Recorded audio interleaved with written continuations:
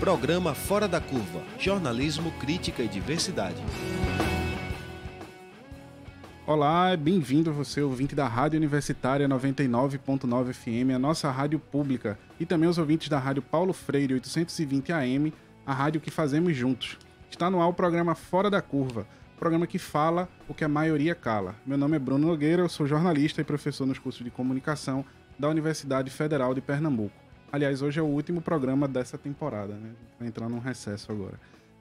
Lembrando que nós estamos ao vivo também na internet, você pode acompanhar a transmissão em nossa página do Facebook.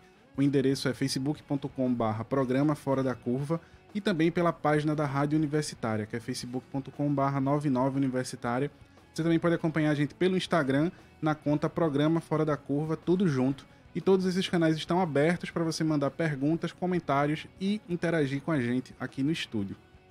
E a Vaza Jato, né, que é a série de reportagens publicadas pelo site The Intercept, ainda não tem nenhum mês de sua primeira matéria publicada e já marca um novo capítulo no jornalismo brasileiro. É uma das poucas vezes que um veículo de comunicação reconhece que a importância de uma pauta exclusiva é tão grande no interesse público que começou a compartilhar ela junto com outros veículos. Os trechos de conversa entre o então juiz e agora ministro Sérgio Moro com o procurador Deltan Dallagnol começaram a ser publicados pelo site, mas depois também no programa de Reinaldo Azevedo, na Folha de São Paulo, e agora também vai começar a ser publicado na revista Veja, né? Mas também abre um outro capítulo, mais um capítulo nesse conturbado início de governo de Jair Bolsonaro, né? O conteúdo constrói uma narrativa sem precedentes, né? Um juiz que estava durante todo o processo de julgamento direcionando a acusação contra o presidente Luiz Inácio Lula da Silva, que está preso há 447 dias, no que então parte todo um desencadeamento de eventos, onde o Sérgio Moro passa então a se tornar ministro da Justiça e também passa a ser citado como parte de uma grande dívida que o presidente tem e que pretende indicá-lo ao Supremo Tribunal Federal. E para conversar sobre isso, hoje aqui no programa, eu estou com o André Costa, que é advogado, integrante da Frente de Juristas pela Democracia, também é professor e doutorando em Direito pela Universidade Federal de Pernambuco, e com o Érico Andrade, que é filósofo e professor da UFPE. Bom dia, pessoal. Bom dia, é um prazer enorme estar aqui novamente para um tema tão importante, né, ser debatido. Bom dia, Bruno, bom dia ao colega de bancada, professor Érico, e vamos aí enfrentar, né, mais esses questionamentos de dias turbulentos, né, que atravessamos. A gente hoje vive num contexto sempre muito acelerado, né? A gente vê as mensagens aparecendo, a gente repercute muito nas nossas conversas de rede social. Falei que tem um mês que isso começou a acontecer e a gente já começa também a perguntar, será que vai dar alguma coisa? Será que vai acontecer alguma coisa? Esse tempo, na concepção de vocês, é normal ou já era para ter tido alguma intervenção maior a partir da divulgação dessas mensagens? A gente tem que avaliar um pouco a estratégia do The Intercept, né? Acho que o que está em jogo é um pouco a estratégia e o cálculo que eles fizeram da forma mais adequada de divulgar essas mensagens. Então a ideia que eu percebo é de fazer todo um movimento político de fragmentar a apresentação das escutas, no sentido de manter vivo um debate que eu considero muito importante, que é dessa relação do judiciário com a política. Então, acho que a estratégia deles é de manter vivo isso, preservar as fontes, é algo muito importante no jornalismo. Meu colega Bruno aqui, que é o jornalista, né? Mas eu estou me permitindo a falar nesses termos, né? Que é uma questão mesmo ética, e a ética, certamente, é muito cara à filosofia, né? Então, eu acho que a estratégia dele é, primeiro, preservar as fontes, conseguir manter, diríamos assim, certo controle sobre essas fontes, né? No sentido de preservá-las, e também fazer o governo se expor o governo no sentido de mostrar o que é que está acontecendo no nosso país. Como é que você tem um juiz que proíbe um candidato a se candidatar, né? E esse mesmo juiz passa a ser do governo que, teoricamente, era oposição ao governo do PT. Então percebam que até então era oposição. É um movimento assim, escandaloso do ponto de vista político, né? E André vai falar muito mais dessa questão judicial, mas o que a gente percebe no Brasil é uma politização da justiça. E isso coloca em xeque as instituições. É gravíssimo, porque se no Brasil havia um pouco de uma judicialização da política, com todos aqueles recursos que eram feitos ao Supremo, partindo dos próprios deputados e senadores, o que a gente vê, de maneira muito clara, é uma politização do judiciário. Então, o judiciário que age em favor de uma causa política. Isso é grave. Por quê? Porque a instituição judiciária ela tem como prerrogativa fundamental a imparcialidade. É evidente que nem o ser humano é imparcial. É evidente que nós somos movidos por paixões, por interesses. Não há problema nisso.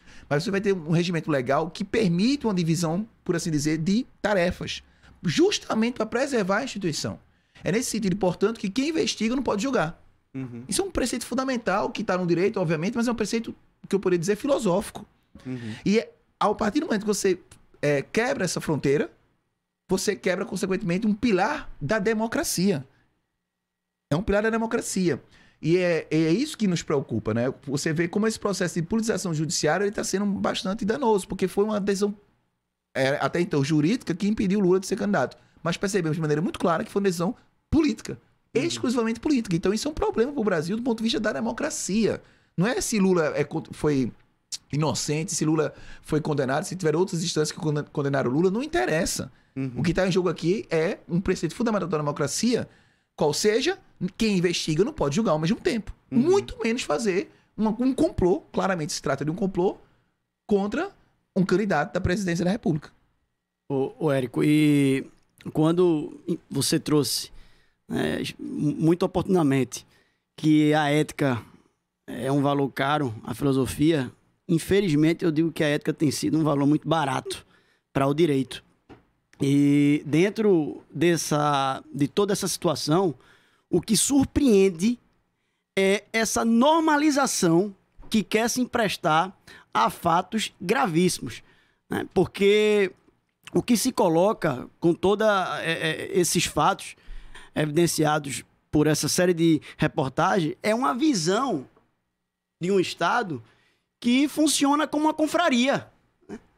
Ou seja, são agentes públicos, agentes do Estado, que praticamente têm as suas impressões de mundo, né, que podem ser legítimas. Agora, o que não pode ser legítimo é essa impressão de mundo se sobrepor aos seus valores, aos seus conceitos, aos seus critérios institucionais, né? E hoje a gente percebe, né, e assiste, né, todo esse naufrágio do ponto de vista de valores, equilíbrio entre as instituições que não se tem mais, Bruno.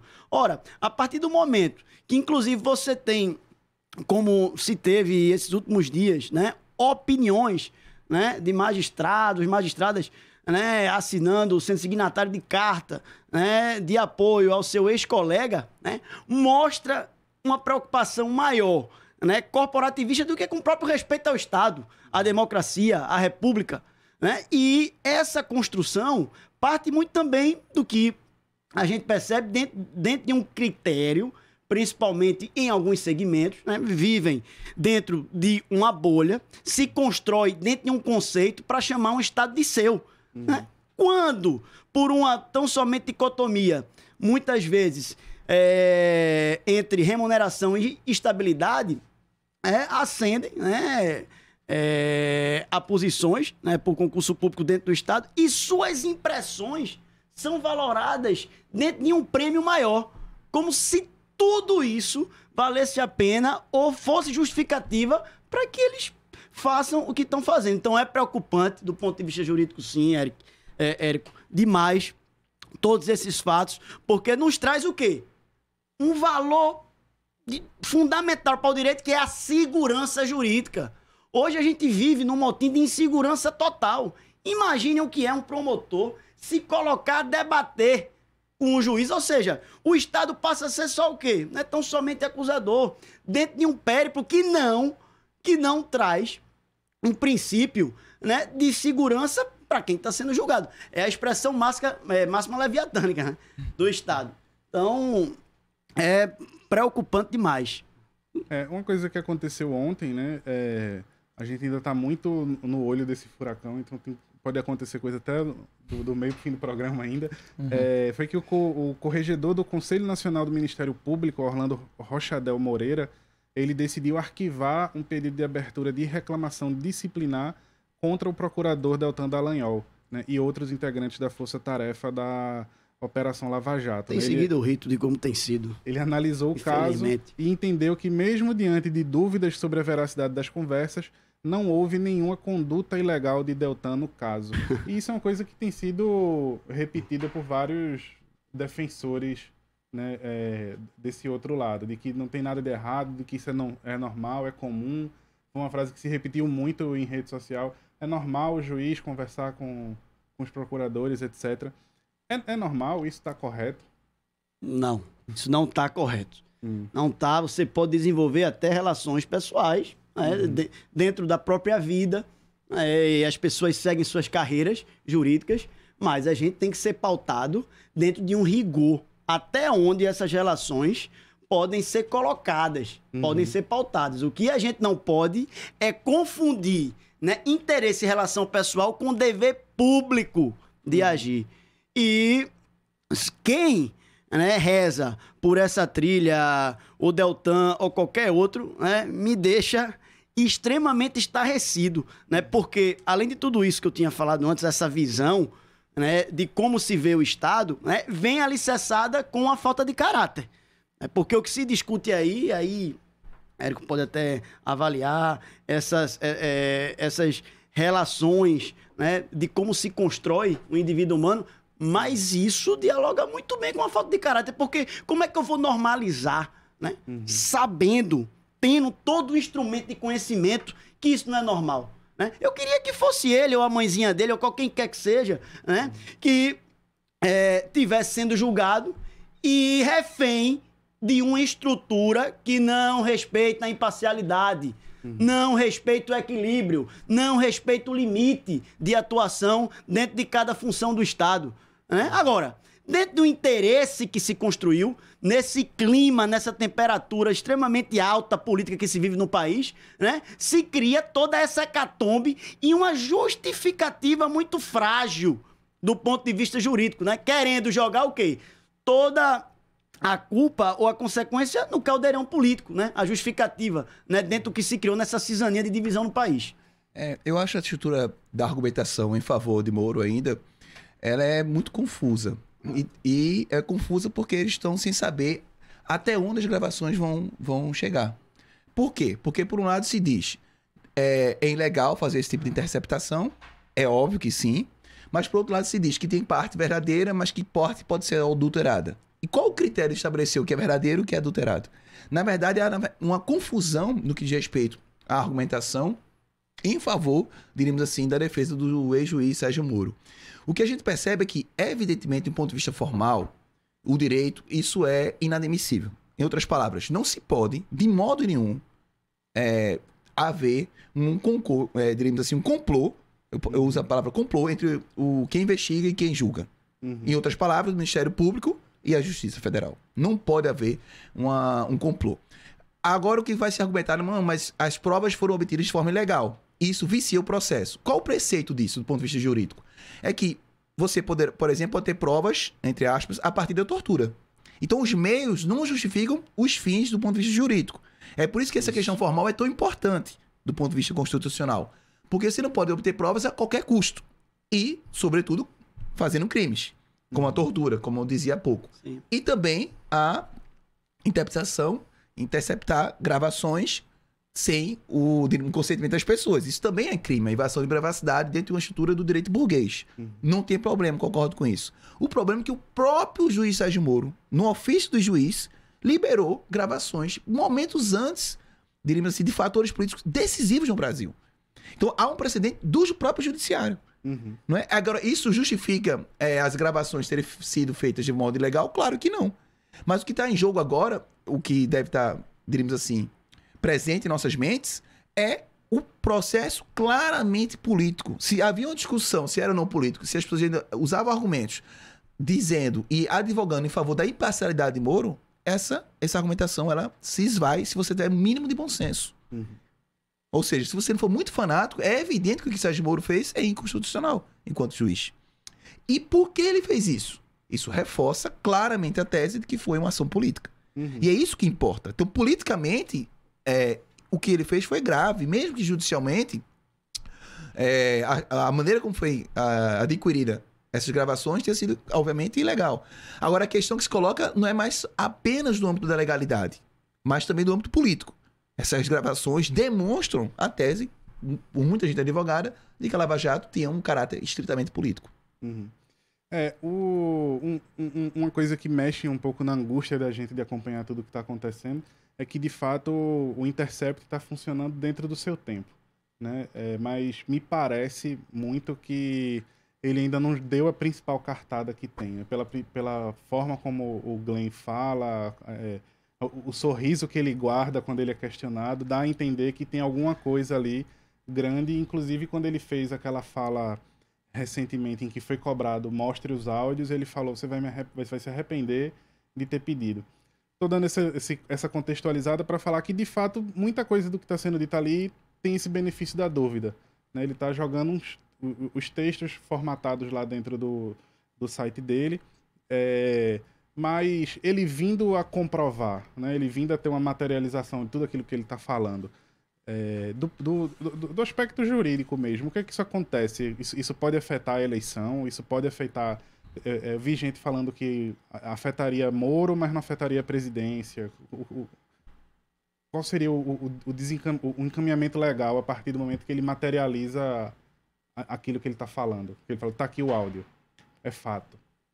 Bruno, tem essa discussão levantada, até colocada por Érico, né, da questão de como se recebe, né, essas provas, né, se tem que ponderar se veio ilicitamente ou não, mas o que se tem de clareza, né, e isso aí já é algo extremamente consistente, é de que hoje, né, dentro do que já se sabe, do que você mesmo colocou quando ele, nessas alegações que traz, né, que tem coisa, que tem áudios, né, ou um material ainda mais sólido, evidentemente que demonstra que o processo, né, do presidente Luiz Inácio Lula da Silva, né, é totalmente viciado. Né? Não tem condição, né, desse processo se permanecer, né, permanecer de pé. Ah, André, mas o processo ele foi confirmado por tribunais superiores, por mais de um juiz, mas foi confirmado dentro de um contexto totalmente arbitrário. Né? A construção, né, do processo nasceu dentro de uma condução que não obedeceu aos critérios políticos. Então, quanto ao processo, o caminho que eu percebo, né, é de nulidade. Agora, dentro de um estado de horrores que a gente tem vivendo, né, que a gente tem vivenciado, né, da falta de respeito e descrédito que se dá, né, às leis, à própria Constituição, né, não duvido que se queira passar por cima disso, né, por um viés político. Mas, do ponto de vista jurídico, não tem como esse processo se colocar de pé. E aí, com os outros áudios, né, vamos avaliar até que ponto essas questões eleitorais, né, Érico, estão alicerçadas, né? Porque vai que demonstre dentro desses áudios algum fator, né, alguma bala de prata que traga um fator que desequilibrou esse rito eleitoral, essa última eleição nossa, né? E tudo vai ter que ser avaliado. A estratégia é muito interessante do pessoal do Intercept, do Glenn em particular, porque ele permite perceber, diríamos assim, aferir quais são os argumentos que são usados. Então, ele já tem em mente a estrutura argumentativa da defesa de Moro. A partir do momento que ele vai colocando pouco a pouco, ele vai percebendo como os argumentos vão sendo construídos. Percebo que a primeira argumentação foi na direção de dizer que não tinha nada demais os áudios. Depois a argumentação começou a dizer que podem ter sido adulterados.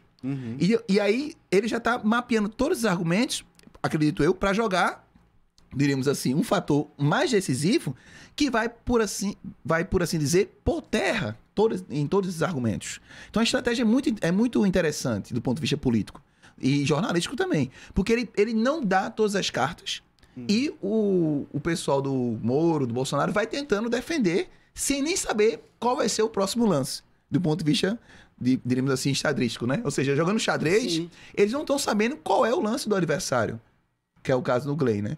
E aí, o Glenn ter ido para prestar depoimento lá na Câmara dos Deputados foi algo muito importante para o próprio Glenn, para o Intercept, né? Porque ele deu uma aula sobre jornalismo, sobre ética, né?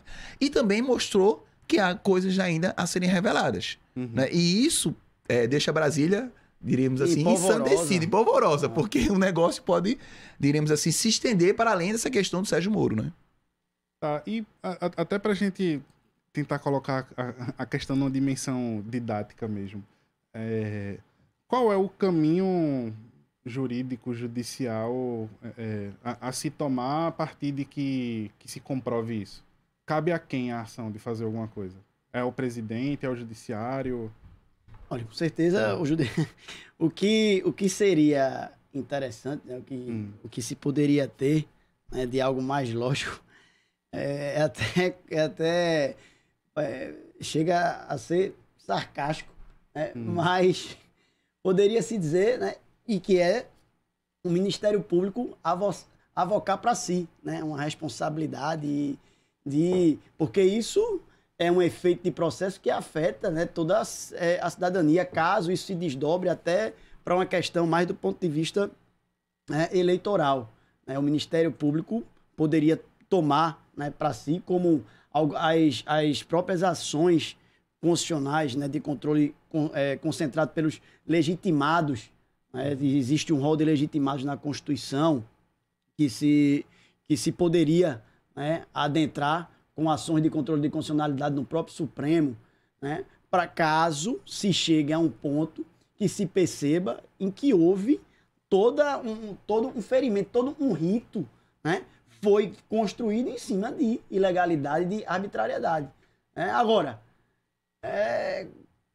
com os caminhos, né, que estão sendo seguidos, que estão sendo pontuados pelas instituições, né, e aí a gente também tem que destacar que a gente tem que ter muito cuidado com a generalização, né? Existem pessoas comprometidas, existem pessoas compromissadas dentro do Estado Democrático de Direito, né? Existem aquelas pessoas que atentam, existem aqueles agentes públicos do Estado, procuradores, promotores, magistradas, né? Defensores, que se lastreiam, né, por esse tipo de preocupação, né? E, obviamente, serve como um cordão, né, de resistência e, obviamente, que isso se irradia pelo conjunto, pelo tecido da sociedade.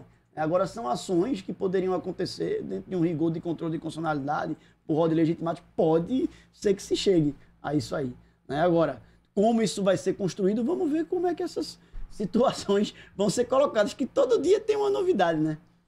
Mas então, no caso, tentando traduzir, Ministério Público. Seria o próprio Ministério Público, né, poderia, né? Eu falei... A Defensoria Pública também, talvez, né? Isso caberia mais, seria uma ação que teria um efeito maior até de Ministério Público. Ou existe na própria Constituição legitimados, né, que se tem as ações tidas de controle de constitucionalidade, as ações constitucionais.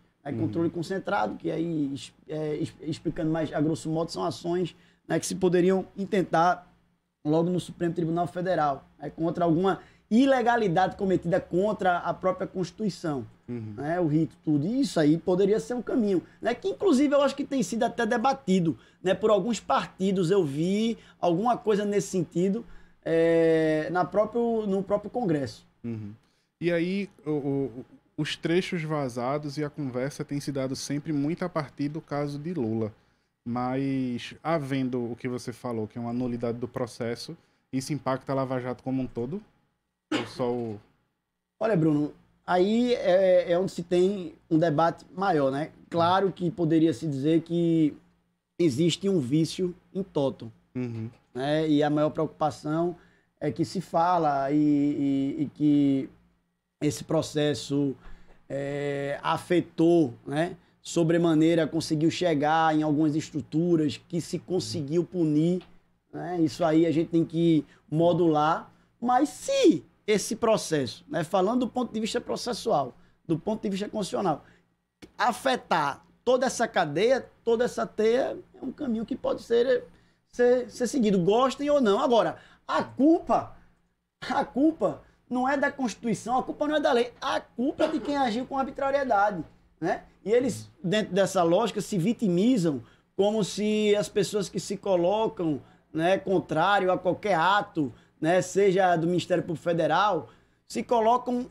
contra a corrupção, que são a grande balela, né? Todo mundo é contra a corrupção, entendeu? A pessoa não tem um cidadão, uma cidadã de bem que vá ser contra, né, a corrupção. Isso é um discurso moral, né, típico, principalmente desses discursos que o Deltan gosta muito, messiânico, fundamentalista, e que não se ancora dentro de uma discussão mais consistente. É claro que todo mundo vai ser contra a corrupção. Agora, o que foi colocado por ele, os fins não podem justificar os meios sempre. Quando se fala de estrutura jurídica, porque isso fica perigoso. Né? Qual é a segurança jurídica que vai se ter? Ah, porque hoje a gente quer, pode ser assim. E aí? E quando não se quiser e o Estado mesmo assim for seguir, quer dizer, é tudo muito perigoso. Esse tipo de precedente, Bruno. Ô, Érico, e tu acha que essa imagem essa persona que se construiu em torno de Moro, muitas vezes retratado como um super-herói, né? Então, acho que tem um boneco dele, inclusive, vestido de super-homem. Tu acha que isso é uma coisa que pode blindar uma imagem pública dele? Porque, de fato, dentro desse discurso moral, parece que ele é dono de uma moral máxima. Só ele é decente aqui no Brasil hoje. É interessante, tem um colega e amigo, Felipe Campelo, lá também da filosofia, ele escreveu recentemente falando um pouco sobre essa questão do super-herói. Eu vou explorar um pouco isso a partir da tua fala. Vamos pensar o que é o super-herói. O que é que ele faz do ponto de vista legal? Ele está o tempo todo agindo de forma arbitrária. O super-herói, ele está supostamente em nome de uma batalha contra o crime, ele age, primeiramente, só, né? E segundo seus próprios critérios. Então, o que a gente percebe é que essa estrutura de herói é uma estrutura claramente messiânica. Até quando a gente vê desenho ou lê quadrinhos, aquela ambiguidade, como é que você se relaciona com o super-herói? Até como a polícia se relaciona com o super-herói. Por exemplo, lá o Batman, o Gotham City, né? O comissário. Né? Como ele se relaciona com o Batman, né? Então, há uma ambiguidade aí presente nos próprios quadrinhos. Do ponto de vista da nossa situação política, é algo muito similar. O super-herói é aquela pessoa que está acima da lei. E esse é o problema. Um juiz não pode estar acima da lei. O juiz tem que rezar pela lei. Porque é ele que tem, diríamos assim, o poder de julgamento. E, consequentemente, ele nunca pode ter o poder de investigação. E muito menos, né, diríamos assim, de uma investigação arbitrária, em nome de uma causa. O super-herói, ele age em nome do que ele considera que é o bem. Mas o que é o bem não é algo unânime na democracia. É algo que tem que ser discutido, publicizado. Então, o que a gente percebe é que essa estrutura de raciocínio que leva Moro à condição de um herói, né? Essa estrutura afetiva, que, diríamos assim, delega a Moro uma condição de herói, é muito preocupante. Porque não percebe que a democracia não se faz com pessoas agindo acima da lei. A democracia se faz, sobretudo, por respeito à lei. E esse respeito, obviamente, tem que partir das instituições. E quem faz as instituições são as pessoas. Isso, Tá? E essas pessoas, elas não podem agir, diríamos assim, sem respeitar esse rito institucional. E, nesse caso específico, o rito institucional que determina que quem investiga não pode julgar. E não pode haver, muito menos, uma correlação entre essas esferas do direito constitucional.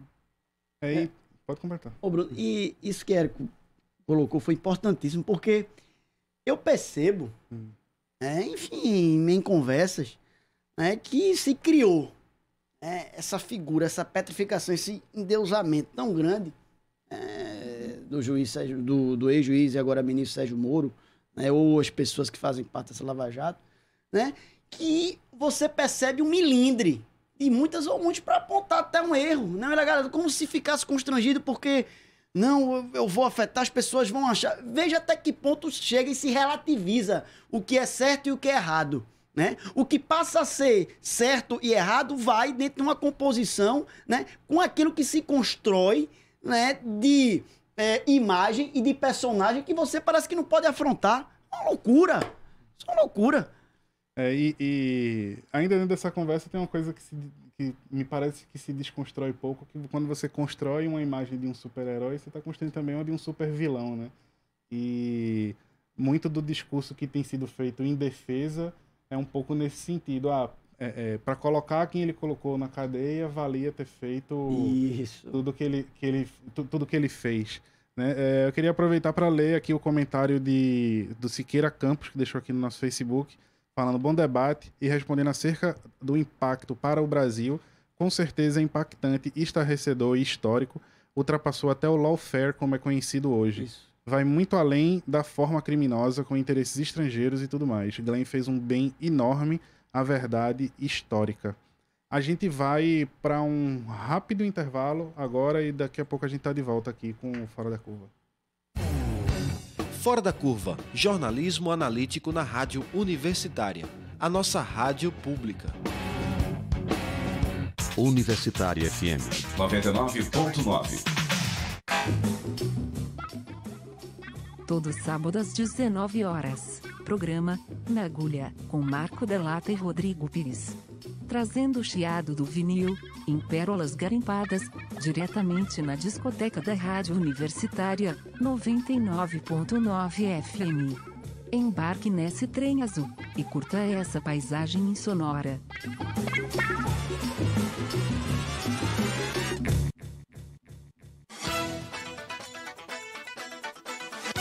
Fim de noite especial, no domingo da Universitária FM.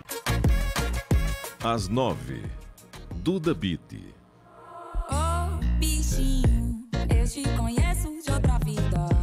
Meu sentimento é repartido, um pedaço é pra você. 10 horas, Tássia Reis. Qualquer dia, qualquer hora, eu quero qualquer coisa que possa dizer. E às 11 horas, Madonna em Madame X. This is your wake-up call. We don't have to fall. A new democracy. Fim de noite especial no domingo da Universitária FM. A Rádio Universitária FM apresenta, dentro das comemorações dos seus 40 anos, a série especial Fernando Pessoa, Poemas Curtos. Uma jornada poética em 3 episódios, embalados por temas da nova geração do fado português. Em audição inédita no rádio brasileiro. Produzida por Maria Letícia Cavalcante e José Paulo Cavalcante Filho. Fernando Pessoa, Poemas Curtos, nesta quinta, às 20 horas, aqui na Universitária FM.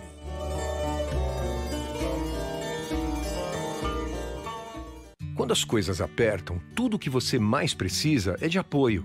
Apoio da família, dos amigos e de quem mais puder ajudar é fundamental. Quando a tuberculose é diagnosticada, é a mesma coisa. O apoio faz toda a diferença. Se identificar tosse por 3 semanas ou mais, procure uma unidade de saúde. Tuberculose tem cura. O teste é rápido, o tratamento é gratuito e precisa ser feito até o final. Com o apoio de todos, vamos acabar com a tuberculose. Ministério da Saúde, Governo Federal.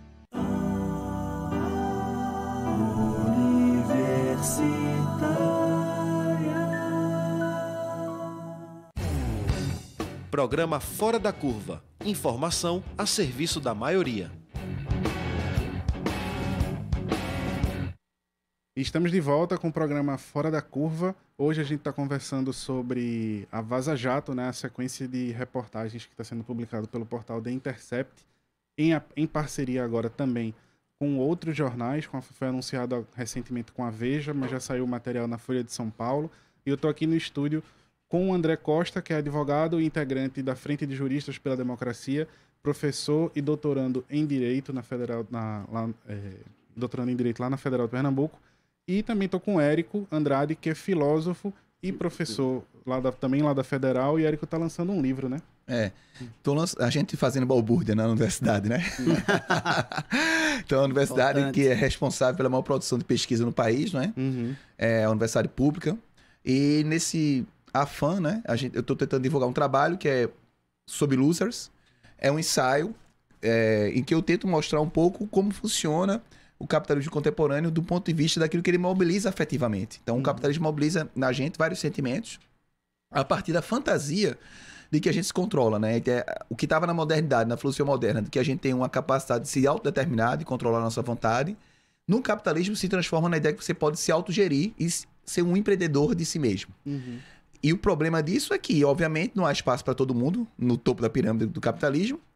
E, mais grave, a gente não tem um pleno controle sobre si. Então, somos seres que somos vulneráveis à vida, ao organismo que nós somos, às pessoas que nós convivemos, a uma série de fatores que nos deixam vulneráveis.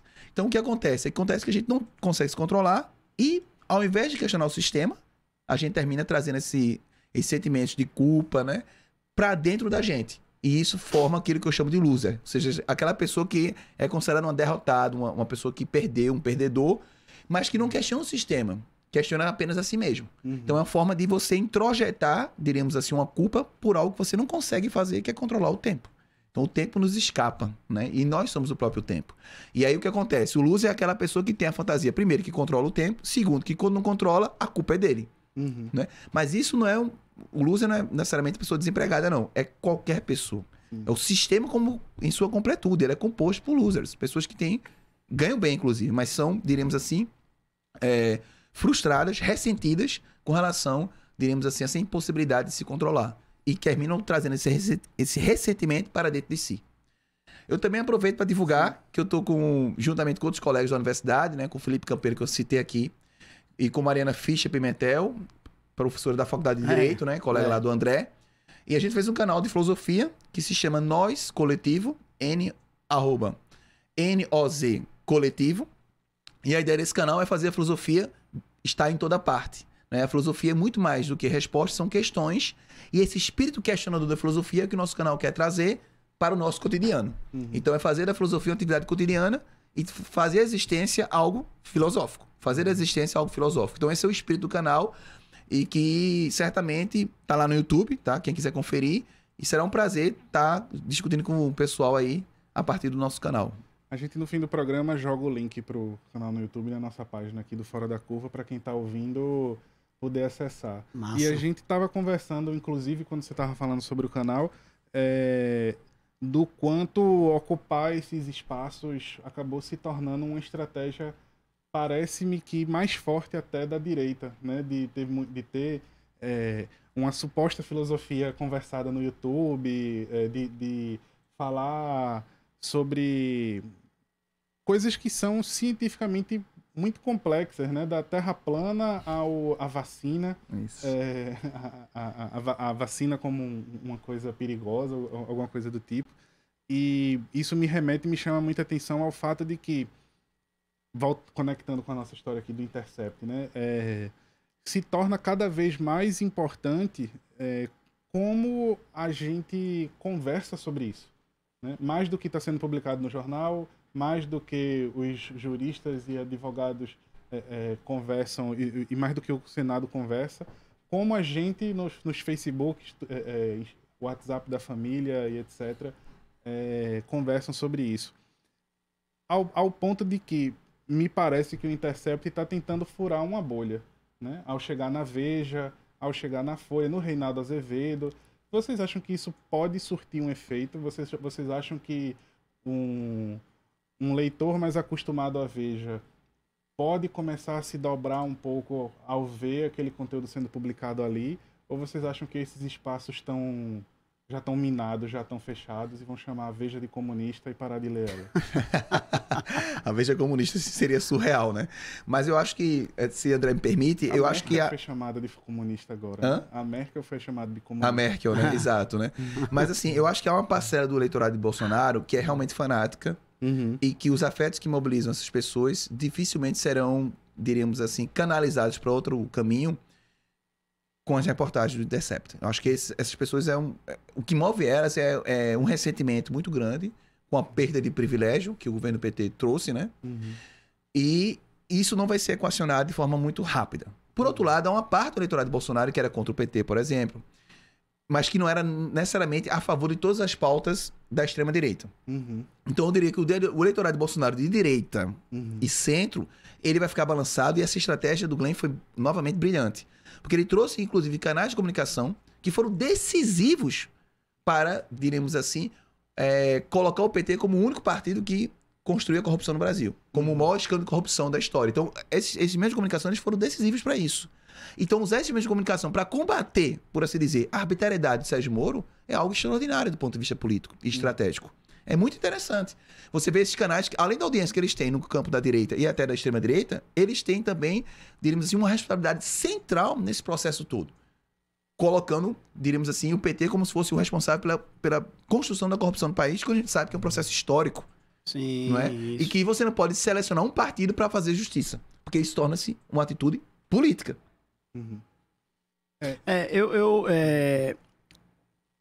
Complementando essa questão de Érico, extremamente oportuno, né? Acho que essa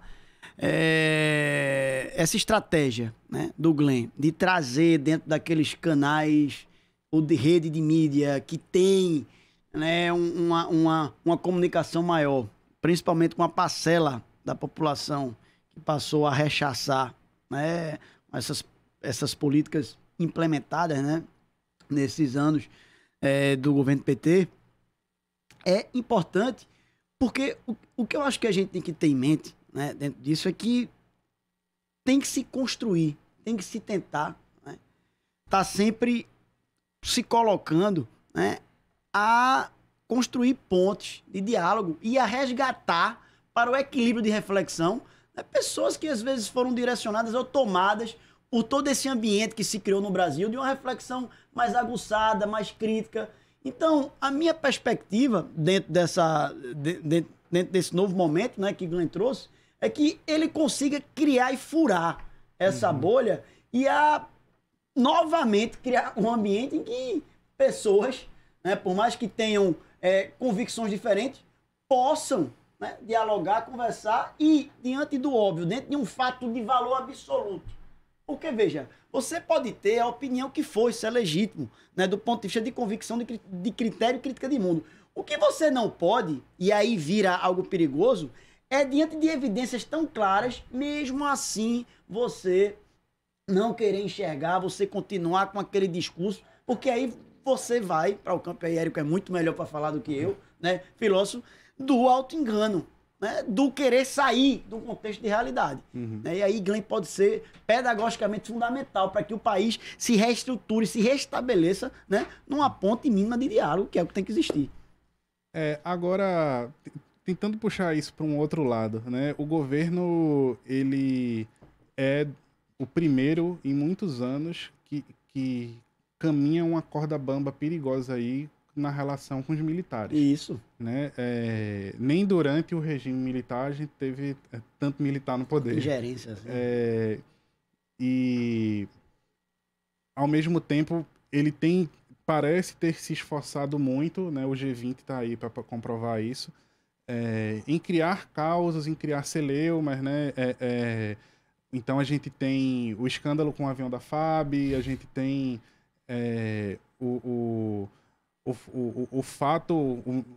fato comprovado à frente de todo mundo, né? Que ele está fazendo viagens sem pauta, então vai no Japão, vai numa churrascaria, vai não sei aonde, e não tem se encontrado com lideranças, não tem trazido coisas de fato consistentes.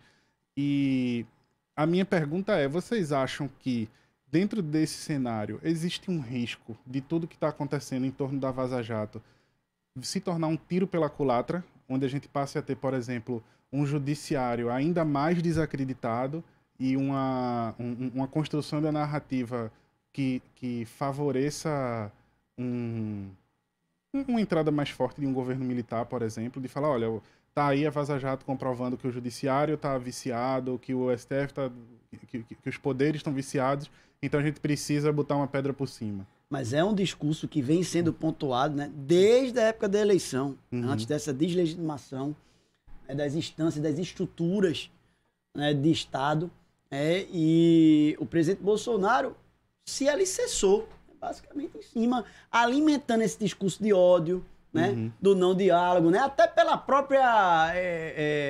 próprio símbolo que ele abraçou, né, o da arma. Isso já é extremamente perigoso, né, você alimentar todo esse contexto, né, de cisania.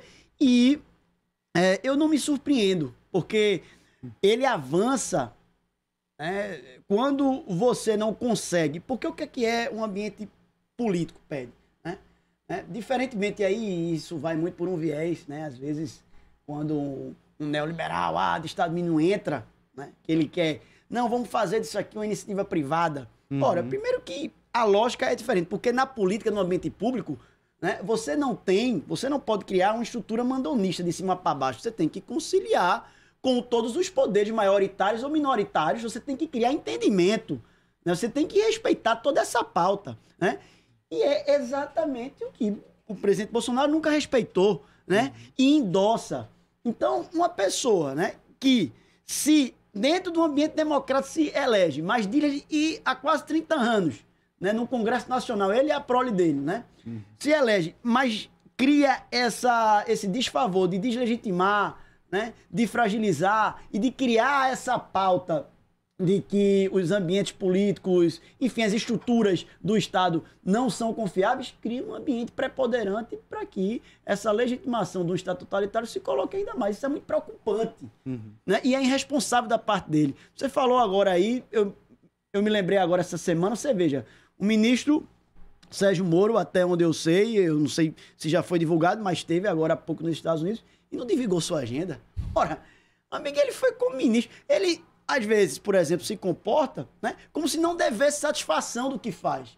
Sendo que isso é uma característica peculiar do que vem sendo colocado, impresso, né, dentro dessa nova conduta de governo que está aí desde janeiro. Né? Ou seja, o cara, enquanto ministro, ele tem que entender que aquilo ali exige uma ópera de quê? De publicização. Né? Ele não está lá como detetive, como espião, ele foi. Pelo menos assim se acha enquanto ministro. Né? Então que essa coisa se coloque de forma clara. Eu tenho muito temor. A gente que percebe isso no dia a dia, vê um clima de ódio se colocando e as pessoas compram isso, né? Como se isso fosse resolver. Né? Esse ambiente totalitário é complicado. Estava justamente no que eu ia perguntar para vocês de como é que vocês veem a reação que o Moro está tendo a tudo isso, né? De fato, ele viajou sem ter dito o que ia fazer, disse quando chegou, acabou entrando numa contradição, porque falou que foi se reunir para discutir narcotráfico, quando estava acontecendo um incidente de narcotráfico envolvendo o presidente. E aí eu queria ter essa leitura de vocês, talvez não só do Moro, mas da base do governo como um todo. Né? A gente teve essa reação do ministro da Educação, recentemente, que fez a piada falando... o avião da FAB já carregou droga muito mais pesada, quanto é que pesa Lula e Dilma. Como é que vocês percebem isso? Né? O que é que isso diz também sobre essa base do governo? Eu diria que diz também dos afetos que movem esse governo como um todo, né? E dentre os quais eu destacaria o ressentimento. É um ressentimento em relação à entrada de negros e negras na universidade, em relação ao crescimento econômico e à distribuição de renda do país. É um ressentimento em relação à perda de privilégios da branquitude. Então é uma série de ressentimentos que são, por assim dizer, aglutinados e que se transformam, do ponto de vista político, em vingança. Nietzsche dizia que a vingança é filha do ressentimento. Então o que a gente percebe é as pessoas autorizadas a não cumprirem seu papel institucional para darem vazão àquilo que elas consideram que é moralmente o bem. Então elas consideram que o bem é justamente destruir o PT, dizimar a oposição. E isso, consequentemente, faz que elas não tenham um mínimo de respeito ao cargo. Não há um compromisso institucional com nada. Porque o compromisso é com uma verdade que está para além da Constituição, que se conecta com a ideia de Moro. Ou seja, o compromisso de Moro, ele está para além de qualquer coisa, no herói. Então o herói, ele age acima da lei. Se a polícia, que deveria prender, por exemplo, as pessoas que estão fazendo alguma coisa de ilegal, ela justamente tem uma relação com o Estado. Por quê? Porque ela é o monopólio da violência do Estado. Então, que só quem pode exercer violência é a polícia. Então, quando você cria uma atmosfera em que há heróis, que há pessoas que estão acima da lei, você começa a quebrar com os pilares do Estado Democrático de Direito. Inclusive com respeito ao próprio cargo. A liturgia do cargo não é um mero formalismo. É algo que é decisivo para um país. Então, quando o ministro se autoriza a fazer o que ele fez, é algo gravíssimo. Gravíssimo. E só se compreende a partir dessa estrutura afetiva que eu estava dizendo. Ou seja, é um ressentimento que se transformou em vingança, que autoriza essas pessoas a falarem o que querem, da forma como querem, sem ter a mínima diríamos assim, liturgia com relação ao cargo. É um desrespeito absoluto. Você vê, Bruno, que foi colocado por você, olha, é de um lamento, de uma tristeza profunda, Érico. Você vê um ministro da Educação. Vou fazer aqui um corte no período da Nova República. Né? A gente já se viu uma postura dessa de um ministro. Se colocar, fazer um comentário desse, né, leviano, que já transportou. Ou seja, não tem o que Érico colocou. A mínima compostura do ponto de vista do que o cargo pede, né? A questão institucional, né? Fazer chacota, né? Com algo grave. Ministro da Educação, dentro que ele, obviamente, aqui, só esse ministro já tinha pauta para 5 programas aqui, a semana toda, o que ele vem fazendo, né? E mais uma vez demonstra total falta de compromisso de alguém que principalmente está ocupando o cargo que está de educação. Né? É estarrecedor. Ô, Érico, e uma outra coisa que corta um pouco essa conversa toda que a gente está tendo, eu vou contra a indicação constantemente, estou sempre lendo os comentários, né, que as pessoas falam, todo mundo fala, nunca leio os comentários, e toda vez que tem saído coisa da Vaza Jato, eu sempre tenho a curiosidade de ver o que é que as pessoas estão conversando sobre isso. E apesar da gente estar num momento em que acabou de sair uma pesquisa dizendo que a rejeição ao governo Bolsonaro aumentou, né, ele já é oficialmente o presidente pior avaliado dentro do mesmo período de toda a história da redemocratização do Brasil, me parece que está muito exposto e muito claro como o brasileiro tem uma parcela grande de pessoas que tem uma carência muito grande de empatia. Né? O brasileiro tem se revelado um pouco mais agressivo, um pouco mais violento e um pouco mais desconhecedor até da sua própria condição. Né? É interessante a gente perceber como tem gente que não se percebe fragilizada, mesmo sendo. Né? Tu acha que isso é uma coisa que dá para ser, que pode ser contida, que deve ser contida, ou é uma coisa que a gente tem que aprender a lidar na nossa construção política? Eu acho que tem 2 elementos importantes. Difícil. Mas eu queria destacar 2 elementos que eu considero importantes e que recentemente eu escrevi muito brevemente a partir da crítica do documentário Democracia em Vertigem. Eu fiz a crítica desse documentário, né? Tá no blog no Nacif. E eu destacava 2 elementos aí. Primeiro, a política de conciliação, ela se encerra com o governo do PT. O modo de fazer política que a gente, diríamos assim, construiu historicamente agora na Nova República, de conciliação, que teve muito presente no governo Lula, que começou a perder força no governo Dilma, ele acaba com um golpe parlamentar que Dilma sofre. Ou seja, a tentativa de conciliar, ela se desfaz ali. Muitos acordos foram desfeitos. Isso tem como consequência política o quê? O aparecimento de uma figura que diz que não vai conciliar, que não gosta de política, que é o Bolsonaro, e que, paradoxalmente, tem todos os 3 filhos na política desde cedo. Estava 27 anos de parlamento e nunca tinha aprovado nada. Não é? Então, mas essa pessoa, ela conseguiu encarnar de algum modo essa figura messiânica, que é muito típica de surgir no momento em que há uma crise tanto econômica quanto institucional, e não existe crise maior do que um golpe parlamentar. Isso gerou uma crise dentro do ponto de vista político institucional, mas que eu aponto para o fato de que isso, diríamos assim, pôs fim a uma política conciliatória. Então, tá claro, é muito difícil conciliar com a extrema-direita, por exemplo. Então, você tem agora um momento político que exige uma reinvenção da gente muito forte. Por outro lado, também se fez perceber que o conservadorismo saiu do armário. Em outras palavras, você tem agora uma ala conservadora, fanática, eu diria até, para a qual vale tudo desde que seja implementado o bem que ela considera correto, que é um bem que está ligado ao moralismo sexual, ao moralismo religioso, ao moralismo nas diversas ordens. Então você tem um Brasil agora que, longe de ser cordial, é um Brasil violento, misógino, patriarcal e que não tem vergonha de ser machista. Então, isso é grave, né? Um país que mata tantas pessoas trans, tantas mulheres, se autorizar a ser machista, a não ter, por exemplo, a palavra gênero, como estava sendo discutido agora na diplomacia brasileira. Então, você percebe que o movimento de extrema-direita é preocupante e que serve para a gente perceber 2 coisas. Que a política de conciliação está em xeque e outra, nosso país é extremamente violento e nada cordial. André, a gente já está se encaminhando para o final do programa. Que pena. Mas eu queria te perguntar uma coisa. você é professor de Direito, né? Além de estar no meio do doutorado também. A gente tem... junta tudo isso que está acontecendo, como a gente já conversou aqui, toda uma ala de simpatia ao que está acontecendo, né? E me chama a atenção que foi publicado recentemente, né, uma nota assinada por 270 juízes em defesa a Sérgio Moro, né? Em defesa ao Sérgio Moro hackeado.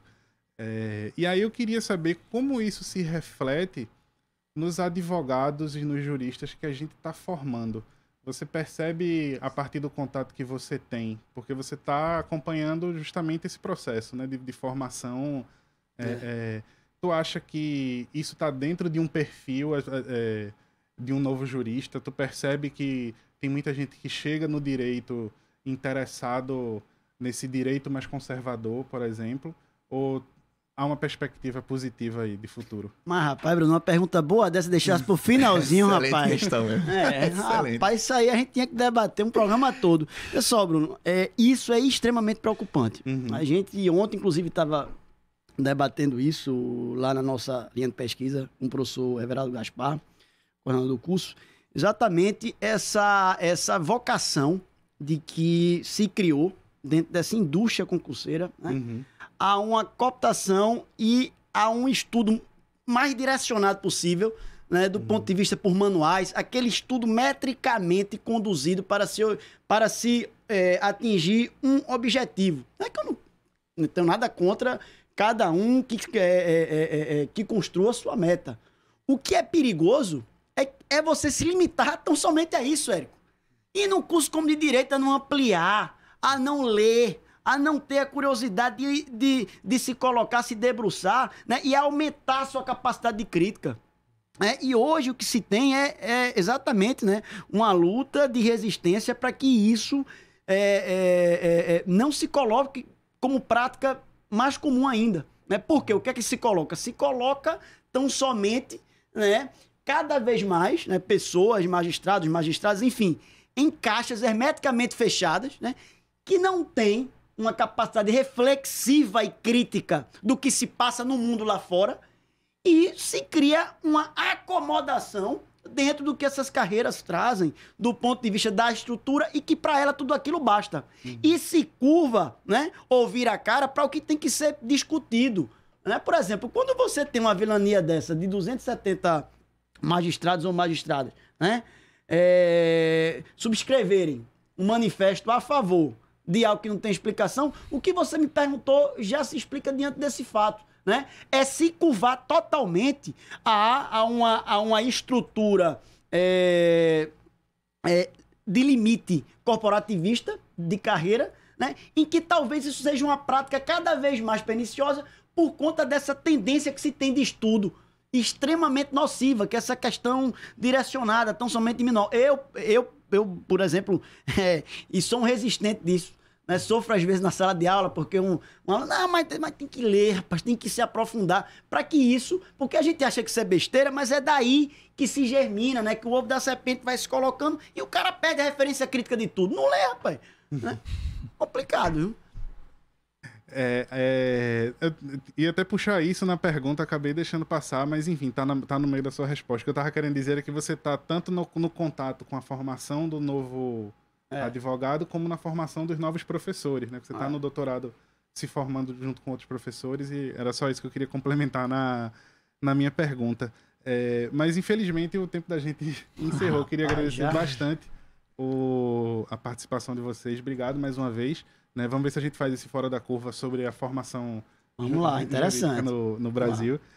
Queria agradecer os ouvintes que acompanharam a gente aqui nas redes sociais, né? O Ed Júnior, o Vlad Queiroz, o Adriano Bezerra, que está religiosamente todo dia ouvindo a gente aqui, comentando com a gente, o professor Fábio Júnior da Silva, José Edivaldo Souza, né? E lembrar que esse é o último programa dessa temporada do Fora da Curva. O Fora da Curva entra agora num recesso, mas durante esse horário ele segue com reprises, então alguns dos principais programas que a gente teve nessa temporada vão seguir sendo reprisados até agosto, né? A gente volta exatamente no dia 8 de agosto, com uma nova temporada. A gente está preparando várias novidades. O site da gente está finalmente no ar, então a gente vai ter mais conteúdo sendo publicado lá também, né? Programa Fora da Curva.com.br. Já tem outras reportagens publicadas lá também. O programa de hoje teve produção de Ed Rodrigues, né? Roteiro e apresentação de Bruno Nogueira, nas redes sociais Carol Torpe e Luana Faria, e nos trabalhos técnicos Marco da Lata. Um bom fim de semana para todas e todos. O programa Fora da Curva é uma realização do Departamento de Comunicação Social, com o apoio do Departamento de Sociologia e do Núcleo de Rádio e TV Universitárias. Parceria com o Marco Zero Conteúdo, Centro das Mulheres do Cabo, SOS Corpo, Centro Sabiá, Terral Coletivo de Comunicação, Centro de Cultura Luiz Freire. Esse programa fica disponível em nossa página do Facebook e no canal do YouTube. Acompanhe as nossas redes sociais, porque nós também divulgamos por lá muita informação que você não vê por aí. A música tema deste programa foi composta pela banda Diablo Motor. Programa Fora da Curva. A gente fala o que a maioria cala.